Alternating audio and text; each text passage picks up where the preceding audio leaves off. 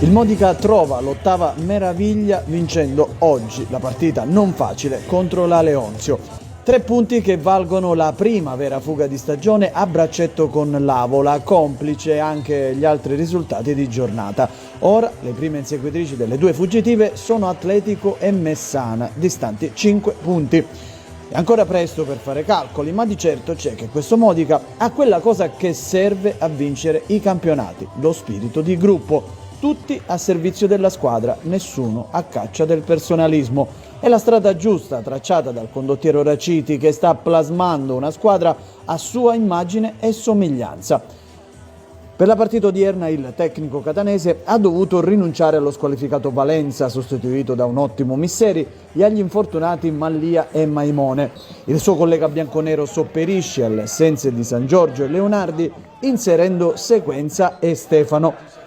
E all'alba del match che abbiamo la prima emozione di giornata, angolo di Bonanno, inzuccata di Mollica che Caruso è bravissimo a togliere dall'angolino basso.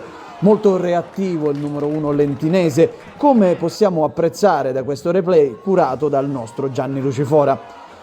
Risponde la Leonzio al quarto d'ora con un tiro di Stefano che finisce di poco fuori.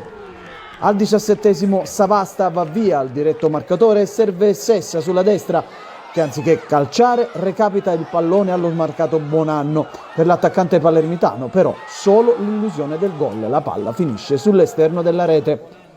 È però il preludio al vantaggio che arriva al minuto 20, fa tutto Alessio Asero, tiro a giro sul secondo palo, imparabile. È il quarto gol in campionato per il Frecciarossa di Raciti e standing ovation del Pietroscollo. Gli ospiti reagiscono subito, ma l'occasione arriva solo al 37esimo, sempre con Stefano che trova sulla sua strada il solito ottimo Romano. 2 minuti più tardi Sequenza lancia picchi nello spazio, la conclusione del numero 10 è però imprecisa.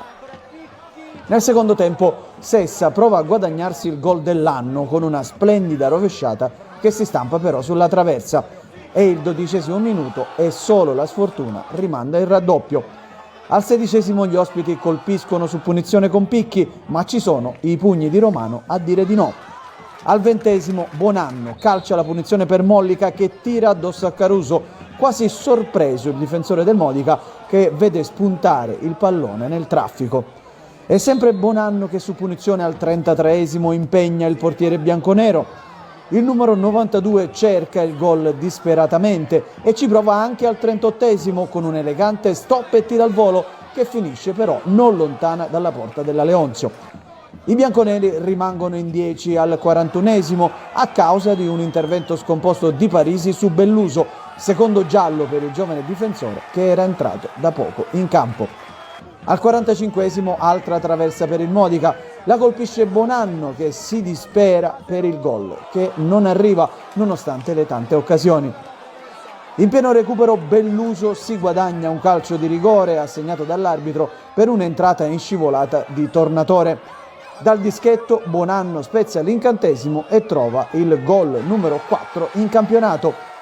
Il Pietroscollo si conferma così fortino e inespugnabile, quarta partita e quarta vittoria da quando è stato riaperto lo stadio dedicato ad un mito del calcio rossoblù che probabilmente da lassù guarda soddisfatto i suoi giocatori.